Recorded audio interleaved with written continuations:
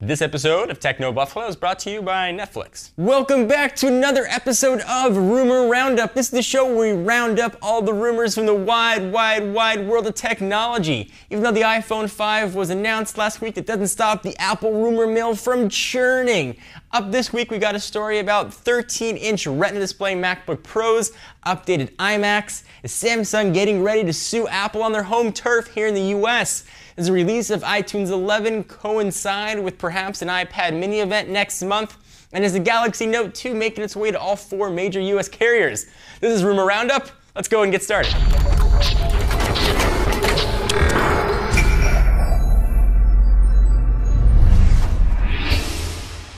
So the ink has barely dried on the ruling of the Samsung and Apple court case. Samsung being forced to pay over $1 billion. We'll see how that shakes up though once all the appeals are done. But Samsung definitely is going to have to get their checkbook ready. They also appear ready to sue Apple for the iPhone 5.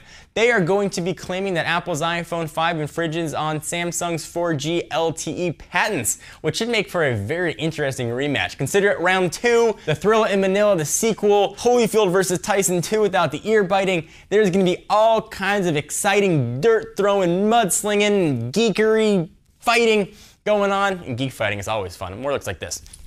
Samsung presumably will be seeking equal or more than what they had to pay out in the first round. Apple appears to know that they may be guilty, and already are rumors that there's been talks of a pre-settlement coming into play. But I doubt Samsung's in the mood to play nice, especially after they just got a little slap around. So one of the hottest phones coming this year is the Galaxy Note 2. We saw it at IFA, and supposedly it's going to be making its way to all 4 US carriers. Yeah. The Galaxy Note 1 was initially carried by AT&T.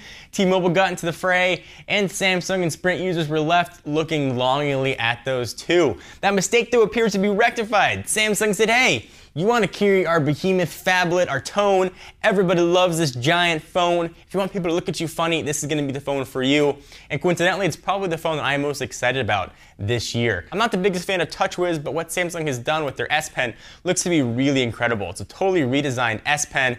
It's got some cool features where you can take the pen, hover over certain videos, and it'll start playing. You can scrub through. And I'm happy that Sprint, Verizon, AT&T, and T-Mobile can get in on that action, and it will be LTE for all carriers except T-Mobile. They don't have an LTE network live yet. Sprint has a little baby LTE network they're hoping to turn into an adolescent sometime in 2013. Of course, Verizon and AT&T have pretty robust LTE networks in development and deployed already. So hopefully everyone will get some phablet action. So if you've been envious of your friend's Retina display 15-inch MacBook Pro and wish you could have that same high-resolution awesomeness in a smaller 13-inch package, well, your wish looks like it's ready to come true.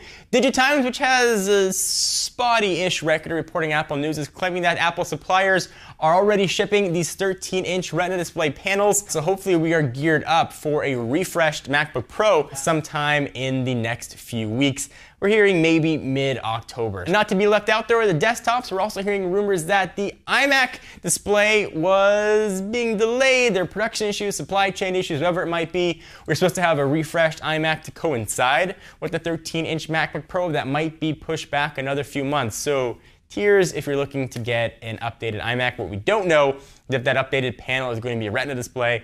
I'd assume though on a 27-inch panel that would be super expensive. Unless people want to pay Mac Pro prices for an iMac, I wouldn't look for that to be any sort of Retina display. Although we should have maybe an increased resolution, but not awesome Retina-ness. So I want to take a quick break to thank our friends, sponsors, and overall awesome peeps ads. Netflix. You know them, you love them, you watch movies from them.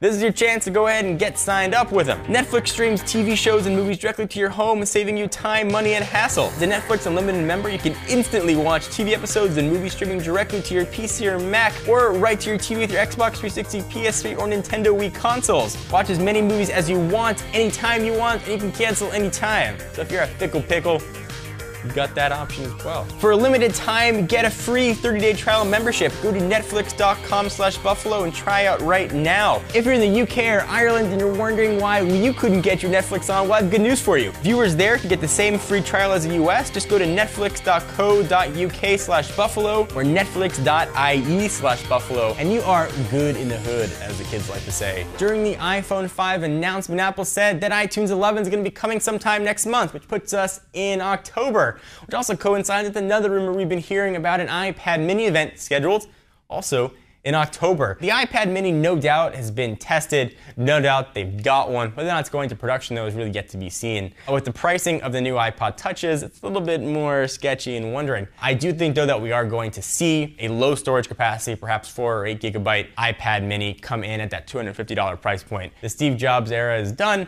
and I think that this makes sense for a business standpoint and from a market saturation standpoint. Profit margins will probably be much smaller on this tablet, but Apple's making most of their money on the ecosystem anyway. More tablets in more hands mean more people buying apps, more people buying movies, more people playing games. Everything that Apple sells you, that's another way for them to do it.